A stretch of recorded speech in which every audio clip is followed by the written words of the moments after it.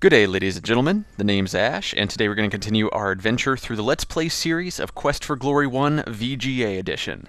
So here we are. We're starting out as our fighter, as we made last time, and I'm going to go ahead and give you an introduction to the fighter's unique capabilities and the thief's and the wizard's, or magic user, because I guess we can't be considered a wizard quite yet. Alright, so just to give you some insight as to what the manual says about the starting of this game. It says Quest for Glory 1 takes place in the medieval-style town of Spielberg. The goal is to be named Hero of Spielberg by finding the Baron's missing children, fighting the brigands, and dealing with the ogress, Baba Yaga. So that is going to be our goal. We are on a mission to become infamous. And what I wanted to do is kind of give you some little show around here. And just something interesting about Spielberg. As far as the name of the town goes, as I understand it, it simply means kind of like a podunk kind of a town, like an everyday kind of a town. Nothing really unusual about it. So the very name meaning has no huge relevance. And I'm all about etymologies of words and the like, so hopefully I'll give you some insight into some of the underworkings of the game via words and mythologies. So let's go ahead and check this stuff out. Up here at the top of the screen you'll find all of our icons, our icon bar. Right here you have your walk icon where you can move around the screen. This is the look icon, so you can check things out. This is our pick up, touch, mess with, act on button. So this will be one of the main buttons we're going to use over the course of the game. Here's our talk icon, and here's our special status icon. Let's go ahead and click that real quick. So what this will do is it'll take you to a sub-menu where you can do various different activities. You can walk. So if you were already running or something, this would be your button to click to go back to walking. This is your run icon, your sneak or your stealth icon. Here's your sleeping icon. Oh, darn you, auto playing with your yo-yo. Alright, here's your sleep icon. Now if you click it, it'll show you that you can rest at different increments of time. Now this is important in this game because you will end up getting exhausted. As we practice our skills, as we go out and do things, as we fight people, we will want to keep well rested, because if you start a fight and you have no energy, you will almost immediately die. So, that being said, we want to stay well rested. You've got 10-minute, 30-minute, 60-minute intervals, and also sleeping all night. So never, ever click the sleep all night button if you are in an unprotected area, because you will die. But for now, we're going to stay awake. Other icons that you get to check around with is this one. This is our character stats icon. So it'll show you your name, all your stats, and if we had an increase in any stat whatsoever, it would end up highlighting that particular skill number and show you what its increase is. So let's go ahead and opt out of this, and I'll show you that here in just a moment. This is our time of day icon. It tells us what day it is and also what time of day it is, which is kind of necessary sometimes to figure out where you're supposed to be and what you're supposed to be doing. If we were a magic user, we would have this icon available to us. This is our magic icon, so you can pick different spells when that is available. Because we haven't bought any spells, read any scrolls yet, we don't have that option available to us. So let's move on.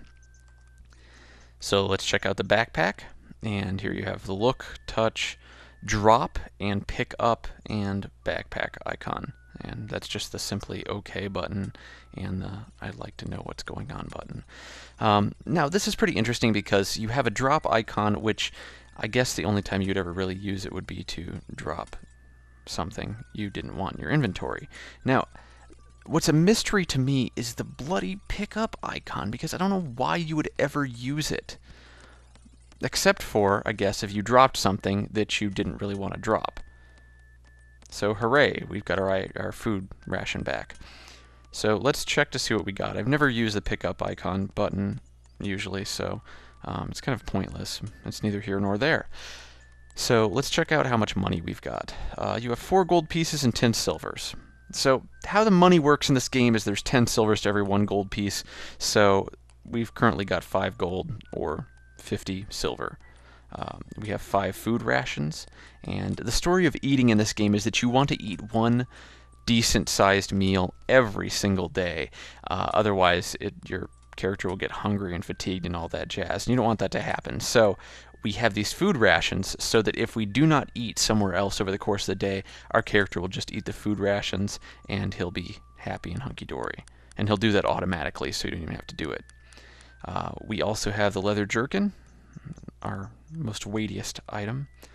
And we also have what is unique to the fighter. Now, what makes the fighter special is that he starts out with both the sword and the shield. And the other classes, the wizard and the thief, do not have either of these items. So that is what makes us special. What is also probably necessary to check out as well is to take the eye icon from time to time and check out your backpack. And it says you're currently carrying 41 pounds of equipment, supplies, and whatever else you picked up along the way. You can carry up to 52 pounds of equipment without getting a severe backache. So pretty much the bottom line is that you can carry even more than the 50 pounds effectively, but you know, it really just decreases your stamina and it's seemingly unnecessary. So we're just going to opt out of that for now. And that is kind of our little introduction to the fighter. So we just took a look at our fighter character. Let's take a look real quick at our wizard or magic user. I decided to name our magic user Elymus. The reason being that Elymus is a name that comes from a particular book where he was an evil sorcerer that had to be put a stop to. But in our case, we're going to use the name and we're going to become an awesome, good do-gooder, I guess. And what you can see here is that I decided to give him parry, stealth, throwing, and climbing. Unfortunately, even using our little skills of cheating, we were unable to get all these skills. So I decided to opt out on picking locks, the reason being that he gets a spell very early on in the game called Open, and Open will automatically open any locks and any doors and chests and the like. So we don't have to worry about that. We'll get the Open spell early and we'll be set. So no picking locks for our mage Elymus. Let's take a look at his inventory. Unlike the fighter, he does not have the sword or the shield. He has this little 2-pound dagger, which makes him pretty weak. What the manual says about the magic user is this. The magic user must rely upon his own intelligence and a successful casting of magic spells. He can best protect himself by avoiding close combat. Hooray, we're going to avoid close combat. So we try to use a spell. It says that our spell does not quite work here. So only in the town can we not use our spells. So let's go outside real quick. So let's click it. And what it says here is, you possess the Zap spell. Your experience is 10. You use 3 magic points each time you cast this spell. So yes, this does cast magic points. But what's more important is this fact that our expertise is 10. So just like the rest of our skills, such as strength and agility and magic and all those other things that you saw in our character sheet, we also get to level up our spells, which just means that there's that much work to do if you want to have your character be awesome by the end of this game. Which of course I want to happen, so I will have to grind like no other. The more you practice, the more it goes up, so we will be doing that later. Also, what you should know about Zap is it magically charges your weapon, which is what that says. What it'll do is it'll make your weapon hurt an enemy more. It'll cut them more deeply, hurt them more indefinitely, and strike fear into their heart. That being said, this is Elymus, our magic user. Let's go ahead and check out our thief real quick. So here we have our thief. I would like to introduce you, ladies and gentlemen, to Autolycus.